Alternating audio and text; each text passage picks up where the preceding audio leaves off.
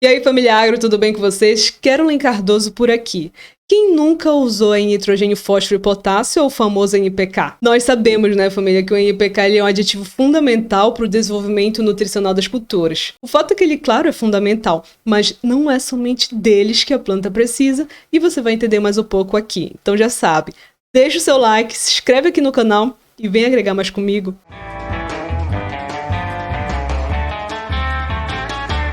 Família, os nutrientes necessários às plantas, eles são habitualmente estudados em duas categorias, orgânicas e inorgânicas. O primeiro representando aí cerca de 90 a 95% do peso da matéria seca das plantas, que inclui os elementos de carbono, hidrogênio e oxigênio, né, que são adquiridos do CO2 e da água, e o restante aí de 5 a 10% do peso dessa matéria seca é a fração mineral, né, os nutrientes e sua essencialidade na planta. Vale destacar aqui que o elemento mineral essencial ele foi proposto por Arnold e Stultz em 1939, que consideraram que para um elemento ele ser essencial, ele deve cumprir 3 critérios. Primeiro, na ausência aí dele, as plantas não podem completar, né, o seu ciclo de vida. Segundo, a sua função aí em plantas é específica e não pode ser substituído por outro elemento. E o terceiro critério é que o elemento ele deve estar diretamente envolvido no metabolismo da planta. Mas como tem aqueles elementos minerais que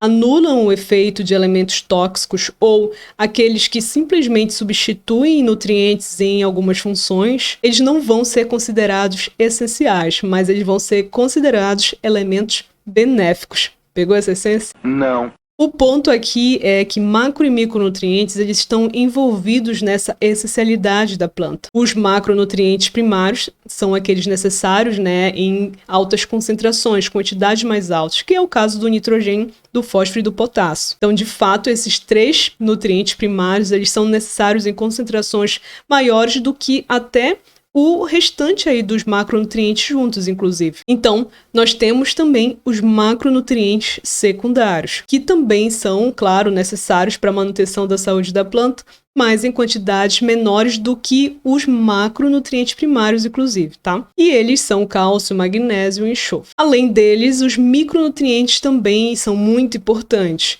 no entanto, em pequenas quantidades. São essenciais para o desenvolvimento e crescimento das plantas, mas são necessários em pequenas quantidades, né? Então, em comparação com essa questão dos macronutrientes equivalentes. Como micronutriente, nós temos o boro, o zinco, o ferro, o manganês, o cobre, o molibdênio, cloro, o níquel e também o cobalto. Chega, ciência, chega! Vale ressaltar aqui, família, que para o vegetal, não faz muita diferença se ele é requerido em grande ou pequenas quantidades, tá? A planta, ela precisa que esse elemento, ele desempenhe uma função dentro dela. Então, essa classificação de macro e micronutrientes acaba sendo muito mais humana do que do próprio vegetal. E aí a planta, ela enxerga como 4 grupos a nutrição mineral.